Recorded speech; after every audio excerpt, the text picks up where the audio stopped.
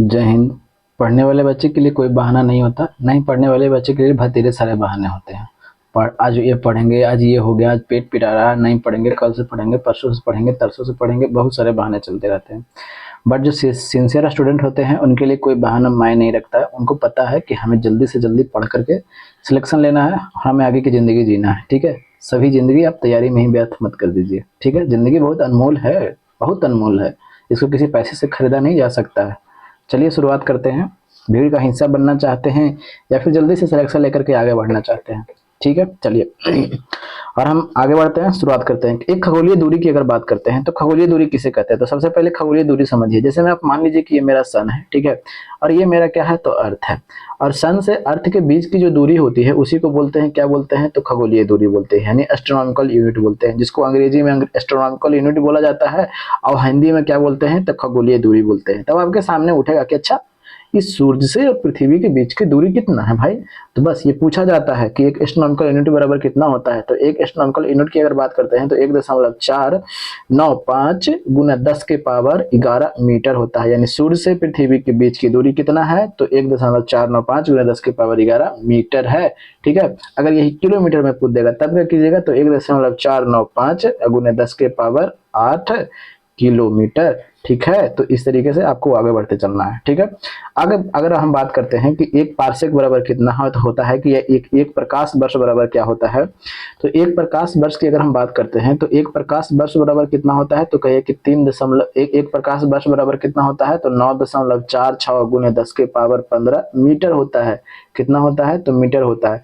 अगर यही इसको किलोमीटर में पूछ दे तो 9.46 गुने 10 के पावर 12 किलोमीटर। ठीक है, अगर आप पूछ दे कि एक पार्सेक बराबर क्या होता है, तो ये सभी क्या है आप समझ रहे हैं कि एक पार्सेक बराबर 3.26 प्रकाश वर्ष।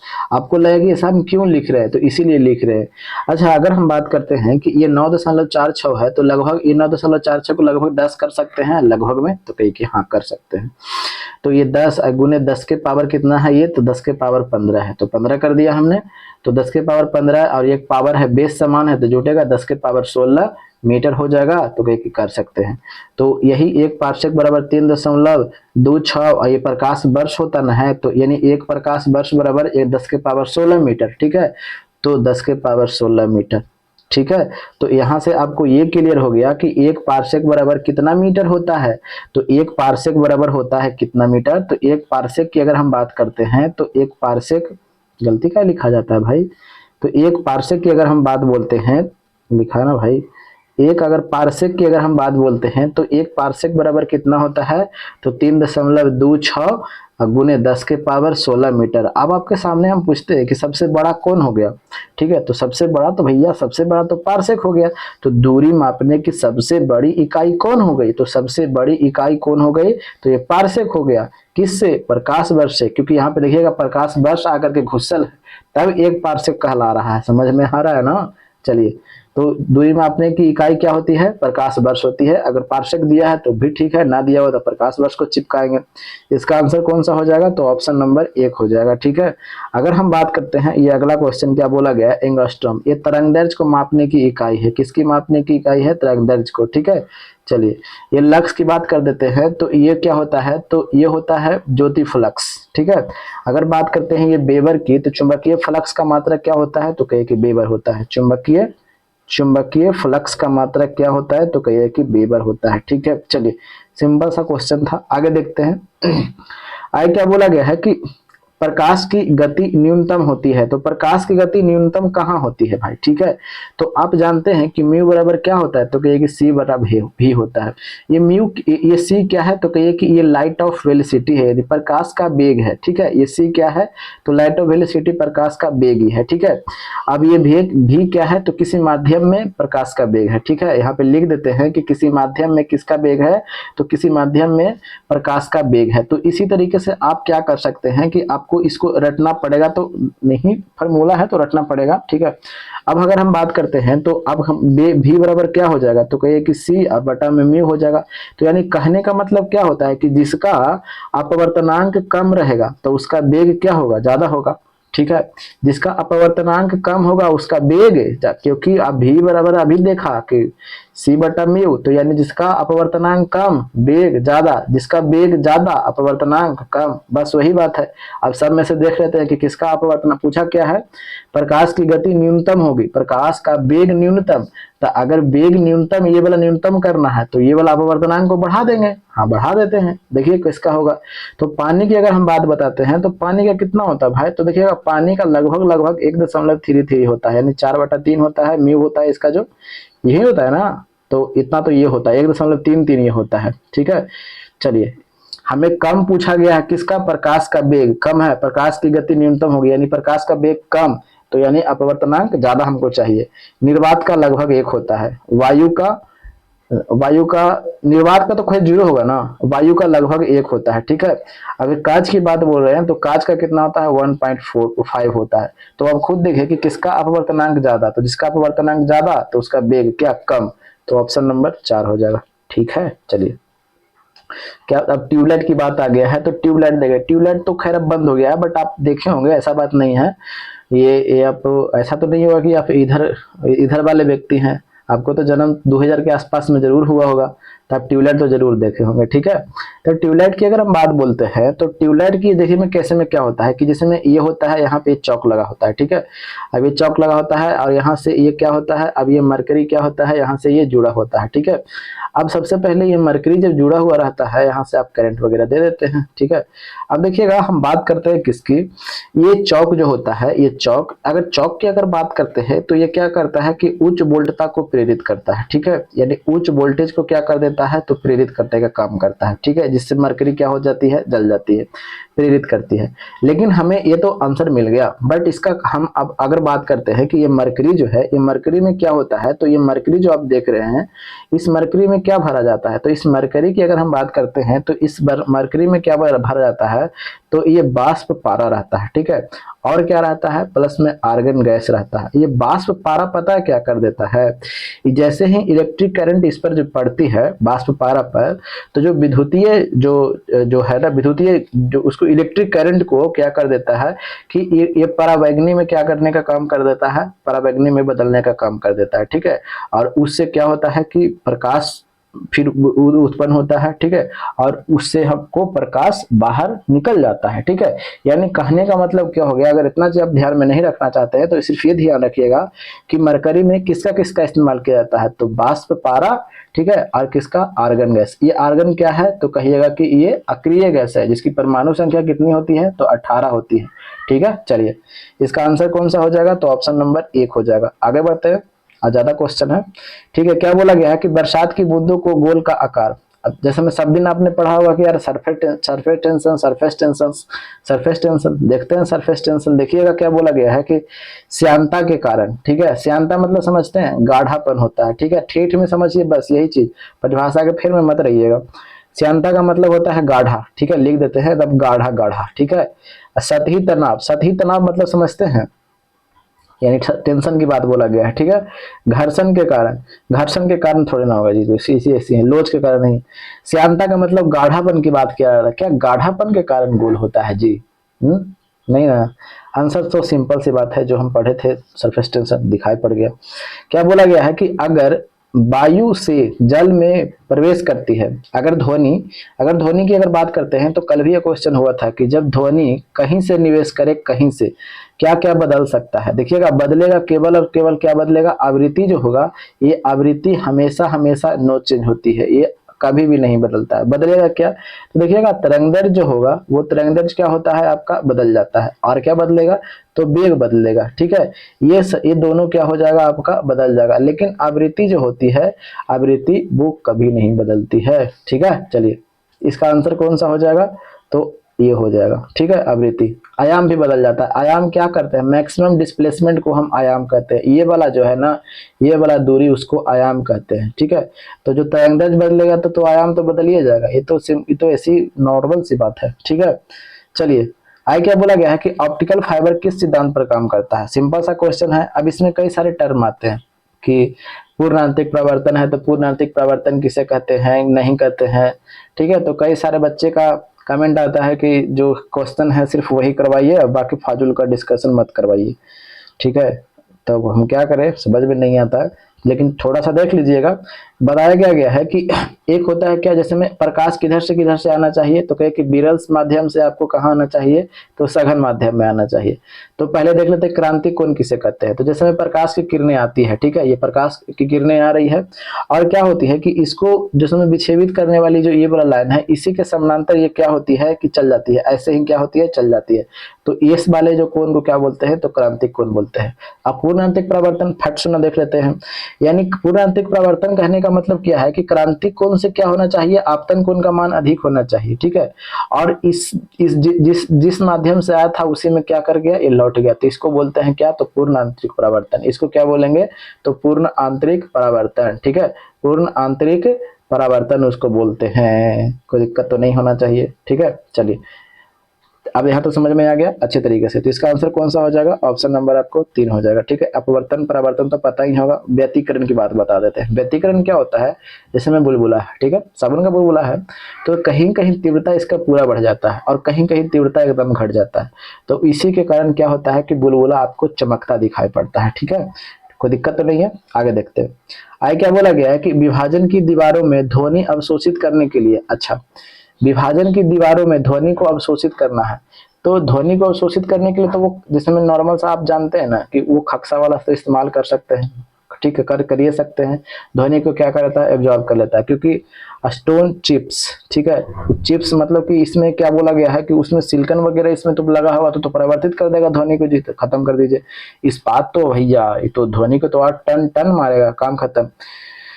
कांच के टुकड़े को दिया गया है, तो क्या कांच के टुकड़े से आपको ध्वनि रिफ्लेक्ट नहीं होती है, होती है। रुई इसमें दिया गया है, ठीक है, कांच की रुई, तो इसमें रुई में लगा दीजिए, ठीक है। चलिए आगे बढ़ते हैं, अगले पे चलते हैं। क्या बोला गया है कि ध्वनि में क्वार्ट्ज क्रिस्टल का कार्य किस पर आधारित होता है। अब पहले तो समझना है कि क्वार्ट्ज क्रिस्टल क्या होता है। देखिए क्वार्ट्ज क्रिस्टल की अगर बात करते हैं, क्रिस्टल का मतलब तो समझते करते हैं कोई ठोस पदार्थ है। तो ये किसका ऑक्साइड होता है, तो ये आपको ऑक्सीजन का ऑक्साइड होता है, यानी सिल्वर डाई ऑक्साइड को आपको क्या बोलते हैं, तो क्वार्ट्ज क्रिस्टल बोलते हैं। क्वार्ट्ज क्रिस्टल किसको बोलते हैं, तो हो सकता है कि आपको एग्जाम में पूछ दे कि क्वार्ट्ज क्रिस्टल बराबर का फॉर्मूला क्या होता है। तो सिल्वर ये किसका, सिलिकॉन डाइऑक्साइड को क्या बोलते हैं, तो आपको क्वार्ट्ज क्रिस्टल बोला जाता है। ये सिलिकॉन डाइऑक्साइड क्या होता है, हम बात बताते हैं क्या, यानी क्वार्ट्ज क्रिस्टल क्या होता है, पहले चीजों को समझिएगा। जैसे में इससे हमको क्या किया गया, इलेक्ट्रिक करंट हमने प्रवाहित किया, ठीक है, घड़ी की इस्तेमाल किया गया। जैसे में हमने क्या किया कि इस पर बल लगाया या तो इलेक्ट्रिक करंट प्रवाहित किया, ठीक है, तब क्या होगा, या कोई आवेश प्रवाहित किया, कुछ भी कर सकते हैं। तब जो इसमें क्या होता है, कंपन होता है। अब ये कंपन होता है, अब ये कंपन इतना एक्यूरेट होता है, इतना एक्यूरेट, जिससे क्या होता है कि जो ध्वनि जो समय है, जो घड़ी की बोला गया है, तो घड़ी जब एक्यूरेट इतना होती है कि ये समय को क्या कर देती है, इसे निर्धारित करना आसान हो जाता है, ठीक है। तो इसीलिए ये क्वार्ट्ज जो क्रिस्टल है उसको कहाँ कहाँ इस्तेमाल कर सकते हैं, आप घड़ी में भी इस्तेमाल कर सकते हैं, आप टेलीविजन में भी इस्तेमाल कर सकते हैं, ठीक है। कोई विद्युतीय उपकरण है उसमें भी आप इसको क्या कर सकते हैं, विद्युतीय उपकरण है इसलिए उसमें भी आपको इसको इस्तेमाल आप कर सकते हैं, ठीक है, समझ में आ गया। तो अब देखते हैं, ऑप्शन पर देखते हैं। पहले तो समझ में आ गया कि ये होता क्या है, ये SiO2 यानी सिलिकॉन डाइऑक्साइड यानी क्वार्ट्ज क्रिस्टल क्या होता है। सो इसका गुण तो जान गए। चलिए अब हम आंसर पर चलते हैं, इसका गुण के आंसर पर चलते हैं, तब देखते हैं। अच्छा ठीक है, एक एडिशन प्रभाव, फोटो इलेक्ट्रिक प्रभाव तो होगा नहीं, जॉनसन प्रभाव तो होगा नहीं, एडिशन प्रभाव नहीं। अब देखिएगा ये वाला जो हमने बताया कि जैसे में क्या होता है कि कंपन होता है, क्या जैसे में हमने उस पर इलेक्ट्रिक करंट दिया, जैसे में मान लीजिए क्रिस्टल ये है, ठीक है, क्वार्ट्ज क्रिस्टल है, इस पर हमने इलेक्ट्रिक करंट दिया तो वो इतना आसान तरीका से, यानी इतना मतलब कि एकदम संतुलन में, ऐसा नहीं कि कभी ज्यादा कभी कम, कभी ज्यादा कभी कम, एकदम संतुलन में कंपन करती है। तो इस कंपन को क्या बोलते हैं, यानी इसका एक खास गुण है, यानी कंपन करने का इसका एक गुण है, तो इस गुण को ही हम क्या बोलते हैं, तो पीजो इलेक्ट्रिक प्रभाव बोलते हैं। समझ में आ गया, जो इसको जो कंपन करने का जो गुण है, इस गुण को हम लोग क्या बोलते हैं, पीजो इलेक्ट्रिक प्रभाव, ठीक है। क्लियर हो रहा है ना अच्छे तरीके से। तो इस तरीके से आपको ध्यान रखना है, ठीक है। तो इस प्रभाव को क्या बोलते हैं, पीजो इलेक्ट्रिक प्रभाव, ठीक है। आंसर ये हो जाएगा, ऑप्शन नंबर ये हो जाएगा। पेरिस्कोप की अगर बात करते हैं तो पेरिस्कोप पता है काहे के लिए इस्तेमाल होता है, इसमें पनडुब्बी वगैरह देखे हुए किए होंगे, ठीक है, कभी ना कभी टीवी वगैरह में तो देखे होंगे, टिकटॉक में लगे हुए रहता का बहुत सारे। हाँ हो सकता है कि टिकटॉक में बहुत सारे व्यक्ति लगे हुए हैं रील्स वगैरह देखने में, छुट्टी मिले तब तो बेचारा को पढ़ने से, रील्स वगैरह देखने से छुट्टी मिले तब तो बेचारा पढ़ेगा, ठीक है। देखिएगा जैसे पनडुब्बी की अगर हम बात बोलते हैं, ठीक है, ये हमारा पनडुब्बी है, भारत सरकार का पनडुब्बी है। अभी पनडुब्बी में क्या होता है कि जैसे में अब ये सतह में है, पानी में है, ठीक है। अब ये पानी में है तो ऊपर देखना चाहता है क्या कि बाहर से कोई जहाज है का, तो का पनिमा में से, पनिया में से ऊपर निकल के देखेगा जी, तो निकल के देखेगा तब अब ऊपरी में जो होगा तो मार देगा ना इसको, ठीक है। तो अब ये क्या कर सकता है, या आप भी इस्तेमाल कर सकते हैं आतंकवादी वगैरह को देखने के लिए। जैसे मैं आप मान लीजिए कि ये वाला है यहाँ पे, ठीक है। अब आपको इधर देखना है, इधर आपको देखना है, ठीक है। तो इधर आपको देखना है तो आप यहाँ से पेरिस्कोप लगा दीजिए, ठीक है, क्योंकि ऊपर निकलिएगा, माथा ऊपर कीजिएगा, जैसे मारा गोली है तो समझ में आ जाएगा। तो इसीलिए आपको स्मार्ट स्मार्ट काम करना है, ठीक है। तो इसीलिए क्या किया जाता है, पेरिस्कोप का इस्तेमाल किया जाता है कि जैसे में अब ये है, इसको रख के ऐसे ऐसे क्या कर दिया, बना दिया, ठीक है। अब ये पेरिस्कोप बना दिया और इसमें ऐसे एक दर्पण लगा देता है, समतल दर्पण, और यहाँ पे एक दर्पण ऐसे लगा देता है। अब यहाँ से जो वस्तु का प्रतिबिंब इस पर बनेगा और यहाँ से टकरा करके इस पर आएगा। अब यहाँ पे खड़ी वाला व्यक्ति जो होगा इसको देख लेगा, अच्छा बेटा बाहर में कौन है। अब यहाँ से उठ सीधा निकलेगा, एक बार गट सुना देखा कि मुड़ी ऊपर टिकल है, मार देगा गप सुना, ठीक है, चल जाएगा, लपटा जाएगा। तो कौन सा इसमें आप देखें क्या इसमें अपवर्तन हो रहा है। अरे भैया देखिए, प्रकाश की किरणें यहाँ से आई, फिर हिकड़ा पर आ गया, फिर ऐसे आकर चला गया, तो ऐसे आया और फिर यहाँ से ऐसे चल गया, तो परिवर्तन हो रहा है ना, केवल और केवल परिवर्तन। ऑप्शन नंबर 2 हो जाएगा, ठीक है। चलिए अगले पे देखते हैं। आगे क्या बोला गया है कि फ़ारेनहाइट पैमाने पर परम शून्य का मान कितना होता है। अब चीजों को जैसे में हमने कल ऐसा 2 क्वेश्चन था, ठीक है।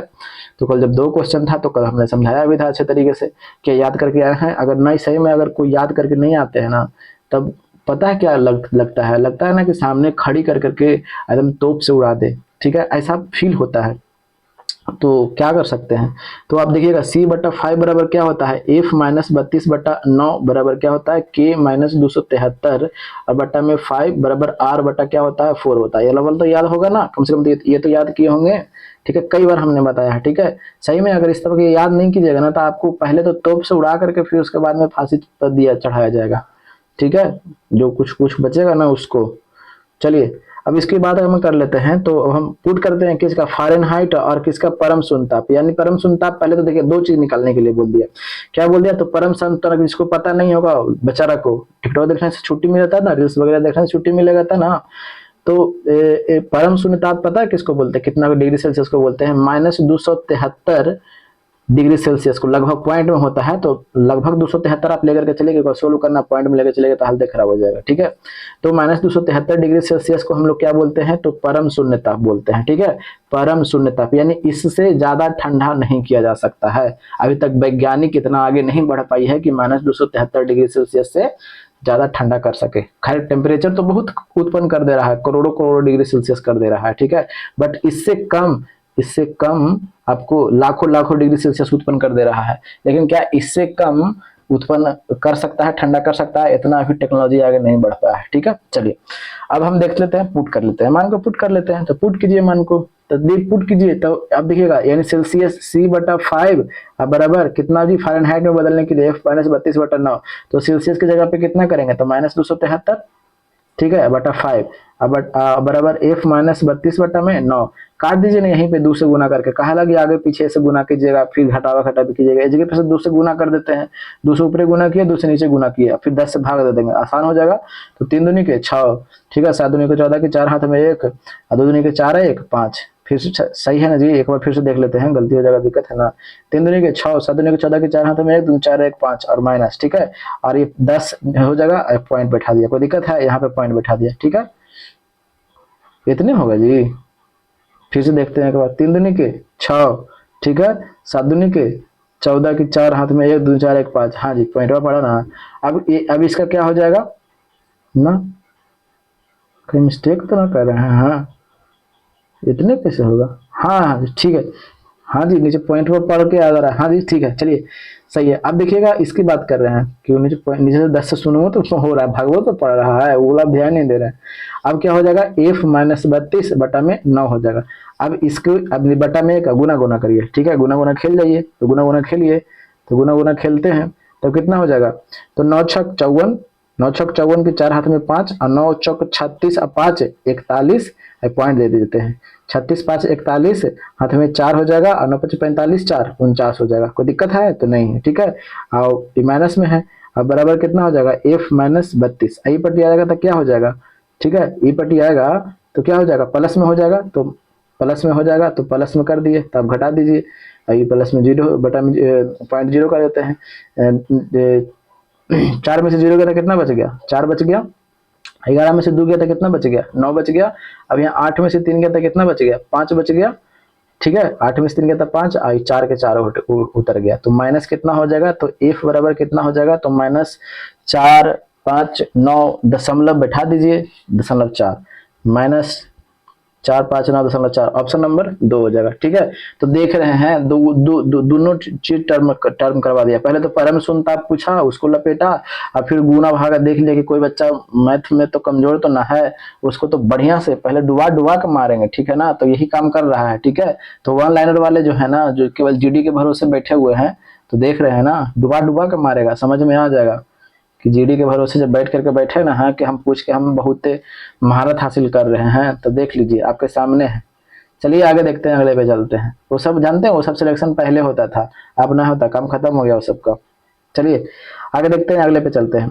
क्या बोला गया कि सूर्यास्त एवं सूर्योदय के समय सूर्य का आभासी चपटापन की परिघटना के कारण क्या है। ये तो सिंपल सा क्वेश्चन है, इसके बारे में तो आप जानते ही होंगे कि इसका मतलब क्या होता है, कि अपवर्तन के कारण क्या होता है, ठीक है। ये अपवर्तन के कारण क्या होता है, जैसे मैं ये पृथ्वी है, ठीक है। अब ये पृथ्वी है, अब ये जब जैसे में सूर्य सुबह में होता है और डूबता है, तो लगभग मैक्सिमम दूरी पर होता है, और मैक्सिमम दूरी पर होता है, जिसके कारण ये वाला जो होता है, इसमें प्रकाश की किरणें यहाँ से आ रही है। जब प्रकाश की किरणें जब आ रही है, तो बहुत ज्यादा आपको क्या होता है कि चपटा बहुत सारे किससे, धूल कण से टकराते हैं, और जब धूल कण से टकराते हैं, तो जिससे ये क्या होता है कि जिससे आपको दिखाई नहीं पड़ पाता है, ठीक है, बहुत ज्यादा, क्योंकि दूर से भी आ रहा है, इतना ज्यादा टकराते चलता है कि दिखाई कम पड़ पाता है, तो इसलिए ऊपर वाले हिस्सा को हम लोग देख पाते हैं केवल, ठीक है, यहाँ से। तो इसीलिए हम लोग को क्या पता जाता है कि अरे भैया ये तो चपटा है, लेकिन असलियत में वो चपटा नहीं होता है। तो इसका कारण क्या होता है कि अपवर्तन के कारण क्या होता है, क्योंकि प्रकाश की किरणें जो होती है उधर उधर मुड़ जाती है, ठीक है, तो इसी के कारण हमको चपटा दिखाई पड़ रहा है, ठीक है। चलिए इसका आंसर कौन सा हो जाएगा, तो अपवर्तन, ठीक है, परावर्तन ना मार दीजिएगा, ठीक है। आगे देखते हैं अगले पे। यदि किसी अर्धचालक का प्रतिरोध अर्धचालक का ताप बढ़ाने पर, तो ध्यान दीजिएगा, दो चीजें यहाँ पे हम बता देते हैं। अगर पहले तो देख लीजिएगा कि अगर कोई चालक है, ठीक है, कोई चालक पदार्थ है, चालक पदार्थ का अगर हम ताप बढ़ा देते हैं, ठीक है, ताप बढ़ाने पर उसकी क्या, जैसे में चालक पदार्थ है, ताप बढ़ाने पर चालक का प्रतिरोध क्या हो जाएगा, तो प्रतिरोध की अगर हम बात बोलते हैं, तो प्रतिरोध क्या हो जाएगा, उसका बढ़ जाएगा, ठीक है, प्रतिरोध क्या हो जाएगा, बढ़ जाएगा। लेकिन अगर अर्धचालक है, ठीक है, अर्धचालक जैसे में boron, silicon, germanium, arsenic, antimony, टेलेरियम, polonium, ये सब जो है आपको 7 को जो है आपको अर्धचालक देखने को मिलता है, ठीक है। तो अगर उसका हम ताप बढ़ाते हैं, ठीक है, ताप बढ़ाते हैं, तो प्रतिरोध क्या होता है, तो प्रतिरोध आपको उसका घट जाता है, ठीक है। तो इस टर्म को आपको ध्यान रखना, इसको रट लीजिए, इसको बिना रटने वाला कोई गुंजाइश नहीं है, रट लीजिए, ठीक है। चलिए जिस तरह से उनका नंबर रट के रखा होगा ना अभी तक दिमागवा में, फोन एक बार नहीं आता होगा, दिन भर तो देखते रहते होंगे कि अभी तक फोन में नहीं आया है, एक मैसेज के लिए 1 घंटा इस्तेमाल करते इंतजार करते हैं ना, तो उनको कुछ नहीं जा रहा है, ठीक है ना। उनको तो शादी हो जाएगा एकदम अच्छा खासा नौकरी वाला लड़का से, अब आप बस ठेला चलाइएगा और चुपचाप कहिए कि हमको धोखा दे करके भाग गई, ठीक, यही करिएगा और क्या करिएगा, नहीं तो फिर उनको ब्याह में कुर्सी सरियाते नजर आइएगा। आपके जैसे नैसे मजनू ना बहुते हैं, गली गली में 1000 को लड़का मजनू बन के फिर रहा है, ठीक है। चलिए तो इसका आंसर क्या हो जाएगा, तो चलिए आंसर पर देखते हैं। तो किसी अर्धचालक का ताप बढ़ाने पर, अर्धचालक का ताप बढ़ाएंगे तो प्रतिरोध क्या हो रहा है, देखिएगा प्रतिरोध घट जा रहा है, और वही चालक रहता तो ताप बढ़ाने पर चालक का प्रतिरोध बढ़ जाता है, ठीक है। तो इस टर्म को याद रखिएगा, तो ऑप्शन नंबर इसका क्या हो जाएगा, 2 हो जाएगा। पहले में देता है बढ़ गया है। चलिए आगे क्या बोला गया है कि निम्न में से कौन सी धातु केवल पराबैंगनी तरंगों की प्रक्रिया को अपने पृष्ठ से इलेक्ट्रॉन उत्सर्जित करती है। ये सिंपल सा बात है। जैसे मैं आप ये अल्बर्ट आइंस्टीन की अगर बात करते हैं, तो अल्बर्ट आइंस्टीन ने क्या बताया था, जो आपको जैसे में ये सौर प्लेट है, ठीक है, अब ये सौर प्लेट है, जब इसमें पराबैंगनी किरणें आती है, इससे इलेक्ट्रॉन क्या होता है, निकलता है, और इससे इलेक्ट्रॉन निकलता है, उसी से आपको जो सौर प्लेट की जो घटना होती है, जो आप फिर बैटरी वगैरह जो चार्ज वगैरह होता है, तो ये आपको प्रकाश विद्युत प्रभाव जिसको आप बोलते हैं, ये जो कौन बताए थे, तो ये कौन बताए थे, तो ये आपको अल्बर्ट आइंस्टीन साहब बताए थे। और उसमें क्या होता है कि आपको सिलिकॉन का इस्तेमाल कर सकते हैं, अब जर्मेनियम का इस्तेमाल कर सकते हैं, ठीक है। यानी अर्धचालक जो पदार्थ है इसका इसमें क्या किया जाता है, इसका इसमें इस्तेमाल किया जाता है ताकि जिससे इलेक्ट्रॉन जैसे में इस पर टकराए उससे इलेक्ट्रॉन निकले और उससे हमको क्या हो जाए, बैटरी वगैरह चार्ज कर लेते हैं, ठीक है। ये जो घटना का खोज हुआ था उसको क्या बताया गया था इनके द्वारा, तो ये अल्बर्ट आइंस्टाइन के द्वारा प्रकाश विद्युत प्रभाव, तो उसमें किस धातु का इस्तेमाल किया जाता है ये पूछा गया है, ठीक है। तो देख लेते हैं, सोडियम का नहीं, सोडियम का इस्तेमाल तो होगा नहीं, ये तो बिल्कुल नहीं, तो काम खत्म कर दीजिए इसको। पोटेशियम का खत्म कर दीजिए, ठीक है। क्यों, क्योंकि ये समय इतना क्रियाशील था तो भाई किसको बाहर रखने के साथ पर में क्या हो जाता है, ये समझ रहे हैं कि क्या होता है, ऐसे जलने लगता है, तो ठीक है। सीजियम तो होगा नहीं, ठीक है। अब आपके सामने आंसर कौन सा है, तो जिंक हो जाएगा। आगे देखते हैं अगले पर क्या बोला गया कि निम्नलिखित में से किस लेंस का उपयोग करके मानव आंख की मायोपिया, एक होता है मायोपिया और एक होता है हाइपर मायोपिया, दो चीज होता है, एक होता है क्या मायोपिया और एक होता है क्या हाइपर मायोपिया, ठीक है। तो दो चीजों को आपको समझना है, हाइपर मायोपिया क्या होता है याद होगा, पता होगा आपको, बट हम एक बार कंफ्यूजन कर देंगे, दूर हो जाएगा, मतलब कि तरोताजा हो जाएगा ना, एक बार दिमाग से निकलेगा। तो मायोपिया मतलब होता है क्या, निकट दृष्टि दोष, ठीक है। निकट दृष्टि दोष, निकट दृष्टि दोष में पता है क्या होता है, निकट की वस्तु साफ साफ दिखाई पड़ती है बट दूर की वस्तु साफ साफ दिखाई नहीं पड़ती है। अच्छा, दूर दृष्टि दोष की अगर बात बोलते हैं तो दूर दृष्टि दोष में क्या होता है, तो दूर दृष्टि दोष में क्या होता है, तो इसको बोलते हैं दूर दृष्टि दोष, किसको बोलते हैं, हाइपर मायोपिया को, ठीक है। इसमें क्या होता है कि दूर की वस्तु आपको साफ साफ दिखाई पड़ती है बट निकट की वस्तु साफ साफ नहीं दिखाई पड़ती है। अब आपके सामने आता है कि उपचार के लिए हम कौन सा किसका हम लेंस का इस्तेमाल करेंगे। तो देखिएगा, निकट है एकरा में दूर है, ज्यादा बड़ का इस्तेमाल हुआ है तो एकरो में आप ज्यादा बड़ वाला धर लीजिएगा। निकट में ज्यादा एक होता है क्या, अवतल होता है, ठीक है। एक होता है अवतल और एक होता है उत्तल। देखिएगा तो ज्यादा बड़ किस में इस्तेमाल हो रहा है, तो ज्यादा वाला के ज्यादा के साथ निकट में इस्तेमाल हो रहा है, तो इसमें कौन सा लेंस, अवतल लेंस, ठीक है। तो निकट वाले के लिए कौन सा लेंस, तो कहिए कि निकट वाले के लिए भैया हम अवतल लेंस का प्रयोग करेंगे, ठीक है। अवतल लेंस का हम क्या करेंगे, प्रयोग करेंगे। आज देखिएगा दूर है तो दूर के लिए कौन सा इस्तेमाल करेंगे, तो कहिए कि उत्तल लेंस का हम लोग इस्तेमाल करेंगे, कोई दिक्कत तो नहीं है। चलिए, यहाँ तक समझ में सब कुछ आ गया होगा, तो इसका आंसर कौन सा हो जाएगा। अब देखिएगा, उत्तल लेंस, अवतल लेंस, बेलनाकार लेंस को देख लेते हैं, फुल बायफोकल लेंस को देख लेते हैं। इसमें क्या होता है ना कि जिसमें व्यक्ति को ना निकट वाला दिखाई देगा ना किसका दूर वाला दिखाएगा, दोनों को बेचारा लपटा जाता है। तो ये बुढ़ौती में इस समय ज्यादा होता है, ठीक है। जब बुढ़ौती में ज्यादा होगा ना इस समय, तो उसके लिए अब तो जैसे में दोनों निकट वाला भी चला गया दूर वाला भी चला गया, तो दोनों की जरूरत उसको पड़ेगा ना, तो इसीलिए उसको क्या बोलेंगे, उसके लिए कौन सा इस्तेमाल करेंगे, तो उसके लिए बाइफोकल लेंस का इस्तेमाल करेंगे। बेलनाकार लेंस में क्या होता है कि क्षैतिज चीज आपको पड़ी दिखने लगेगा, उसके लिए पड़ी चीज आपको छड़ी दिखने लगता है, तो इसलिए उसमें इसका इस्तेमाल कर लेते हैं, ठीक है। तो इसका हमारा जो आंसर हो जाएगा, किसके लिए बोला गया था, मायोपिया के लिए। तो मायोपिया बोले तो मतलब निकट दृष्टि दोष, निकट दृष्टि दोष बोले तो मतलब अवतल लेंस। इसका आंसर हो जाएगा ऑप्शन नंबर 2। कोई दिक्कत तो नहीं है, आगे बढ़ते हैं।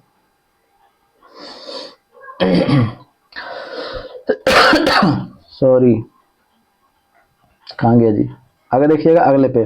हाँ, अनुचुंबकीय पदार्थ चुंबक के छीन, अच्छा अनुचुंबकीय पदार्थ चुंबक के छीन, पहले चीज को समझ लीजिए। एक होता है क्या, प्रतिचुंबकीय, ठीक है, प्रतिचुंबकीय होता है, और एक क्या होता है, तो कहिए कि अनुचुंबकीय होता है, यानी कुछ हल्का फुल्का अनुचुंबकीय होता है, और एक क्या होता है आपको लौह चुंबकीय, जिसको मतलब एकदम हचाक सुना जैसे एकदम तुरंत ही खींच लेगा, ठीक है। लौह चुंबकीय, जिसमें लौह चुंबकीय उसको बोलते हैं लौह चुंबकीय, ठीक है। चलिए अब देखिएगा, यहाँ तक हम देखते हैं, ठीक है। जैसे मैं अब समझ ही रहे होंगे लौह चुंबकीय की बात क्या हमको समझाना है, ठीक है। प्रतिचुंबकीय की अगर बात बताते हैं, तो प्रतिचुंबकीय की बात में अगर देख लीजिए क्या कहने का मतलब क्या होता है। जैसे मैं मान लीजिए कि ये चुंबक है, ठीक है, अब ये ऐसे जा रहा है, ठीक है, जैसे जा रहा है, जैसे में देखिए प्रतिचुंबकीय जो होता ना है, ये एकदम सिंसियर लड़का होता है। ये जैसे में मान लीजिए कि ये जैसे में समझ रहे हैं कि कहना हम क्या चाह रहे हैं, छोड़िए नहीं कहेंगे, ठीक है। जैसे में प्रतिचुंबकीय है, जैसे में ये रास्ता भटकाने वाला चीज है, ठीक है, ये मतलब कि मंजिल को भटकाने वाला चीज है, यानी ये लोहा है, ठीक है। अब इसमें क्या होता है कि ऐसे जाता है, इसको छोड़ करके ऐसे निकल जाता है कि ना भैया थोड़ा ना जाएंगे तो हम मंजिल से भटक जाएंगे, ठीक है। ये होता है प्रतिचुंबकीय की दिशा होती है, ठीक है। ऐसे ऐसे जा रहा था लेकिन फिर भी कहा कि ना रास्ता काट के निकल जाते हैं, ठीक है। तो ये हो गया आपका प्रतिचुंबकीय, ठीक है। अनुचुंबकीय एकदम थोड़ा बहुत, ठीक है। अनुचुंबकीय क्या होता है, थोड़ा बहुत। जैसे मैं अब यहाँ से ऐसे है जा रहा था तो हल्का सा चलो भाई चल जाते हैं, कोई दिक्कत ना है, ठीक है, चल गया, कोई दिक्कत नहीं। यानी जा रहा था तो चल गया, नहीं है तो कोई दिक्कत नहीं है, ऐसे जा रहा था तो चल गया, ठीक है, कोई दिक्कत नहीं है।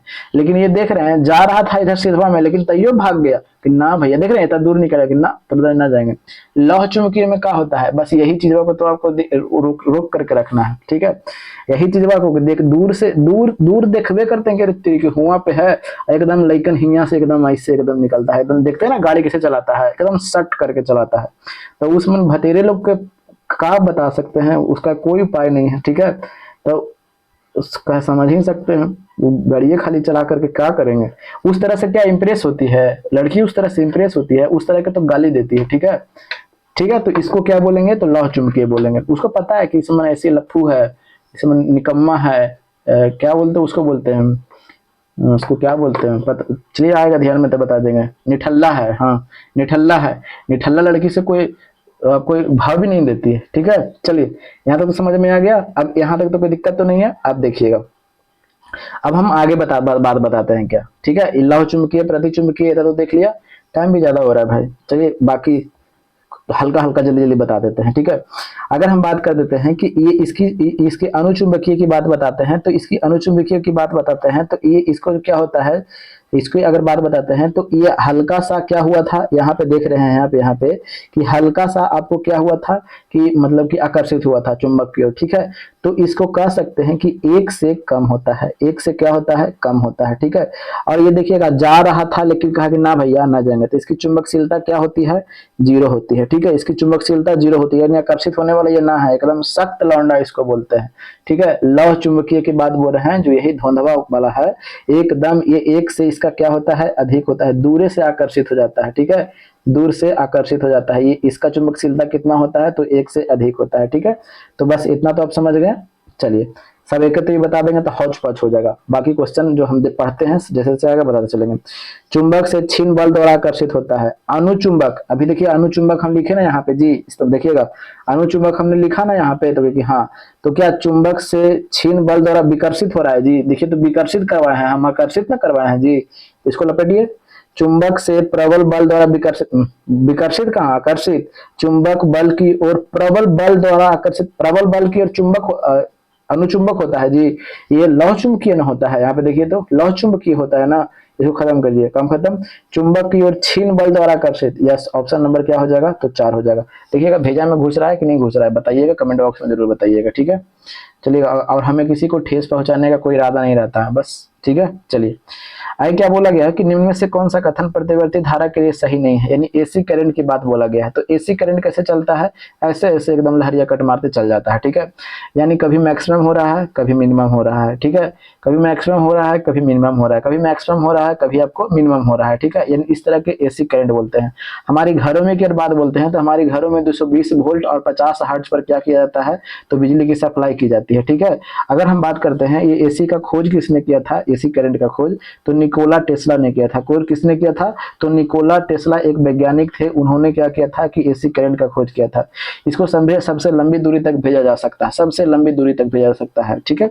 चलिए, और इसको उत्पादन में ज्यादा पैसा खर्चा नहीं होता है, ठीक है। चलिए आप देखते हैं, यह लंबी दूरी तक संचारित की जा सकती है, बिल्कुल, ठीक है। चलिए, इसका उत्पादन सस्ता होता है, तब तो सबके घर में है।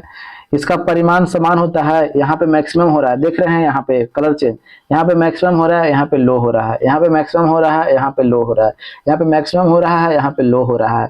कह रहा है कि इसका परिमाण समान होता है, इसी को धर के लपेटिए तो यही गलती बोल रहा है, ठीक है। काम खत्म कीजिए, आगे बढ़ने की जो कोई जरूरत नहीं है, ठीक है। हमें क्या पूछा गया था, गलती को ही पूछा है ना जी, करेंगे जी। कौन सा कथन प्रतिवेदी धारा के लिए सही नहीं है, नहीं है वही नहीं है। आगे देखिए क्या बोला गया है कि हीरे की चमक का कारण क्या है, हीरा काहे चमकता है, तो कहिए कि पूर्ण आंतरिक परावर्तन के कारण, ठीक है, पूर्ण आंतरिक परावर्तन के कारण, ठीक है, परावर्तन के कारण। अब ऑप्शन पर अभी, अब ऐसा नहीं कि पूर्ण आंतरिक परावर्तन नहीं होता है, वो हीरे का इस तरह से कटिंग किया जाता है, डिजाइन वगैरह किया जाता है कि उसका, यानी उसको डिजाइन भी अगर हम बोल सकते हैं तो डिजाइन का भी जिम्मेदार होता है कि यानी इस तरीके से उसको डिजाइन किया जाता है, कटिंग किया जाता है ना, ताकि वो चमक सके, ठीक है। या उस पर जब लाइट की सेशन की किरणें जो जाती है तो उसके कारण से भी वो चमकता है, ठीक है। तो जैसे मैं अगर अगर ये सब ऑप्शन में सबको दिया था तो सही है, लेकिन अगर केवल जब हम ऑप्शन पर देख रहे हैं तो हाँ जी, ऑप्शन पर उपयुक्त में से कोई नहीं, उपयुक्त में से एक से अधिक। तो ऑप्शन पर क्या है, पांचवा जब दिया गया है तो आपको सभी लगाना पड़ेगा, क्योंकि ठीक है ये कटिंग के कारण परावर्तन, पूर्णांतिक परावर्तन, यह ऑप्शन नंबर 5 हो जाएगा। ठीक है, चलिए आगे क्या बोला गया कि एक लड़का एक दर्पण के समान 30 सेंटीमीटर की दूरी पर खड़ा है। कोई दर्पण है, इसमें मान लीजिए कि कोई दर्पण है, मान लीजिए कि कोई दर्पण है, ये अवतल दर्पण है। ठीक है, ये अवतल दर्पण है, कहाँ पे खड़ा है, तो कहिए कि 30 सेंटीमीटर की दूरी पर खड़ा है। तो चलिए 30 सेंटीमीटर की दूरी पर हमने इसको खड़ा करवा दिया। ठीक है, ठीक है, वह अपना सीधा प्रतिबिंब देखता है। तो सीधा प्रतिबिंब देखता है, तो सीधा प्रतिबिंब देखता है, तो अवतल दर्पण में सीधा प्रतिबिंब होता है जी, होता है। याद आ रहा है कुछ, ध्यान दीजिएगा बढ़िया से। यहाँ पे P हो गया, यहाँ पे F हो गया, यहाँ पे C हो गया। ठीक है, अवतल जैसे में यहाँ पे प्रतिबिंब बनेगा C पर बनेगा, तो सब ये C पर ही बनेगा, लेकिन उल्टा। और इधर यानी इधर जितना प्रतिबिंब बनता है ये उल्टा बनता है। याद आ रहा है कुछ, उल्टा बनता है। ठीक है, लेकिन वास्तविक होता है। ठीक है, उल्टा बनता है लेकिन वास्तविक होता है। ठीक है, अगर हम बात करते हैं यहाँ पे, अगर हम रखते हैं तो प्रतिबिंब पीछे बनता है लेकिन वस्तु से बड़ा बनेगा। ठीक है, वस्तु से क्या बनेगा, बड़ा बनेगा। ठीक है, क्योंकि पीछे बना है तो वस्तु से बड़ा बनता है। आगे हम देखते हैं जिसकी ऊंचाई, उसकी वास्तविक ऊंचाई का, तो अपने वो लड़का वह 5 फीट के है और उसका प्रतिबिंब बन रहा है 1 फीट के। तो अब देखिएगा यहाँ पे, अब हमने क्या बोला कि अवतल दर्पण में जब वस्तु यहाँ पे यानी P और F के बीच में रखते हैं तो उसका प्रतिबिंब दर्पण के पीछे बनता है लेकिन बड़ा बनता है, वस्तु से बड़ा। अब प्रतिबिंब बनाया कितना गया है जी, 1 मीटर का है। तो क्या 1 मीटर का ये है, अपने 5 फीट का है और 1 मीटर का ये है, तो इसका मतलब कि प्रतिबिंब तो जो बनेगा 5 मीटर से बड़ा, यानी 5 मीटर से बड़ा बनेगा। ठीक है, 5 फीट से बड़ा बनेगा। अपने तो 5 फीट का है ये है, तो 5 फीट से ज्यादा क्यों ना बनेगा। तो क्या अवतल दर्पण रख सकते हैं, नहीं भैया, अवतल दर्पण से तो हुआ नहीं, कम खत्म। समतल दर्पण क्या रख सकते हैं जी, देखिएगा तो समतल दर्पण में तो भैया बराबर प्रतिबिंब बनता है ना, है यानी 5 फीट के है तो 5 फीट के बनेगा ना, तो ये तो काम खत्म, समतल दर्पण तो इसी कट गया। ठीक है, अब हम मेरे पास में है उत्तल दर्पण, चेक कर लेते हैं उत्तल दर्पण। ये उत्तल दर्पण हमने लिया। ठीक है, ये हो गया P हो गया, ये हो गया F हो गया, और ये मेरा पास में हो गया C हो गया। दर्पण हमने यहाँ पे रखा। ठीक है, मतलब कि वस्तु का प्रतिबिंब 5 मीटर का रखा। ठीक है, 5 फीट की ये कुछ बोलिए। अब वस्तु यहाँ पे है, अब ये यहाँ से जब प्रकाश की किरणें ऐसे जाएगी तो ऐसे लौट जाएगी। अब ये यहाँ से हो जाएगा। ठीक है, अब ये फोकस पर बनेगी, यानी अब जितना मीटर का बने, यानी अब इससे क्या बनेगा, कमे का बनेगा ना, यानी 5 फीट से कमे का ना बनेगा। तो कहिए कि हाँ 5 फीट से कम का बनेगा। तो कौन में बन रहा है भाई, तो कौन में बन रहा है, ये उत्तल दर्पण में बन रहा है। ठीक है, कौन से में, तो उत्तल दर्पण में। ऑप्शन नंबर क्या हो जाएगा, तो 2 हो जाएगा। ठीक है, टाइम ज्यादा हो रहा है भाई, तो क्या करें, समझ में नहीं आ रहा, टाइम ज्यादा। अच्छा लास्ट क्वेश्चन है का, शायद लास्ट क्वेश्चन है, तो इसको देख लेते हैं। ठीक है, चलिए अब खत्म हो गया। कोहरे में हम देख नहीं सकते हैं क्योंकि कोहरा, अब देखिएगा कोहरा में क्यों नहीं देख सकते हैं, अब हम समझते हैं। क्या होता है कि कोहरा प्रकाश को अवशोषित कर ले, जब अवशोषित कर लेगा तो समझ रहे हैं, हम तो हल्का फुल्का देखते ना है जी। अच्छा हम पहले ये बताइएगा, आप किसी चीज को कैसे देखते हैं। जैसे में हम आपको देख रहे हैं, तो क्या होता है ना कि जो हम आपको देख रहे हैं, तो हमारी जो प्रकाश की जो किरणें वहां पे जा रही है, आपसे टकरा करके हमारी आंखों पे आती है, तब हम देखते हैं किसी चीज को। अगर हमारी आंखों पे प्रकाश की किरणें टकरा करके ना आए तो हम नहीं देख सकते हैं। समझ में आ गया, नहीं समझ में आया तो आप अंधेरे घर में जाते हैं तो आपका तो आंख तो खुला रहता है, लेकिन फिर भी आप काहे नहीं देख रहे हैं, इसलिए नहीं देख रहे हैं क्योंकि आप पर जो प्रकाश की किरणें टकरा करके नहीं आ रही है। ठीक है, और वही प्रकाश की किरणें जब आपसे टकरा करके आएगी तो आप देख सकते हैं। ठीक है, चलिए, तो कोहरा प्रकाश को अवशोषित कर लेता है, हमको दिखाई पड़ता है लेकिन धुंधला दिखाई पड़ता है, ऐसा नहीं कि दिखाई नहीं पड़ता है। ठीक है, काम खत्म कर दीजिए, कोहरा का इस्तेमाल कर दिया है तब। कोहरे का अपवर्तनांक अनंत होता है। तो अलगे है जब, तो ये आगे की बात बोला क्या गया है कि कोहरे की बूंदों पर प्रकाश का पूर्ण परावर्तन होता है। परावर्तन होगा तो हम देख पाएंगे, और कुछ तो देखते रहते हैं ना, तो अपवर्तन होना चाहिए, ये तो अलगे है एकदम, पता ना क्या करवाएगा। कोहरे की बूंदों द्वारा प्रकाश प्रकीर्णित, यस, कोहरे की बूंदे द्वारा प्रकाश इधर उधर भागता है। ठीक है, इधर उधर भागता है, और उसमें क्या होता है कि उसमें आपको किसका कण होता है, छोटे छोटे कण होते हैं, और वो नमी वगैरह होते हैं जिससे उसको सोख लेते हैं। इससे हमको क्या होता है, कम दिखाई पड़ता है। ऐसा नहीं कि दिखाई नहीं पड़ता, कम धुंधला जिसको आप बोल सकते हैं, दिखाई पड़ता है। तो ये उधर उधर जैसे में हमको पहुंचना चाहिए था आंख पर, ठीक है, लेकिन ये हमको आंख पर पहुंच नहीं पा रहा है। क्यों, क्योंकि समझ से टकराते जा रहा हर बार टकरा करके उधर ही रह जा रहा है। हमको आंख पर पहुंचेगा तब ना हम देखेंगे, हमको आंख पर पहुंच ही नहीं रहा था, देखेंगे कैसे, कम पहुंच रहा था, कम देखते हैं। तो जैसे में क्यों, क्योंकि बहुत सारे उसमें नमी वगैरह रहते हैं, कुहा वगैरह में है तो, ठीक है। अब उसके वजह से क्या हो गया कि ये उधर ही क्या होता है, इन्हें उन्हें घूम रहा है, ठीक है, हमारे आंखों पर बिल्कुल आ नहीं रहा है, ठीक है, उधर ही उधर घूम रहा है, हमारे आंखों पर हल्का फुल्का आ रहा है, तो कम देखते हैं। तो इसका आंसर कौन सा हो जाएगा, ऑप्शन नंबर 4 हो जाएगा, ठीक है। तो यहीं तक रखते हैं, वीडियो कैसा लगा बताइएगा जरूर कमेंट बॉक्स में, ठीक है। और हम यही बोलेंगे कि पूरी आक्रामकता के साथ एकदम लक्ष्य की ओर आगे बढ़िए। आपको लक्ष्य को अगर भेदना है तो आक्रामकता आंखों में झलकनी चाहिए, ठीक है। नीति मेरी रहेगी, नियति आपकी। जय हिंद।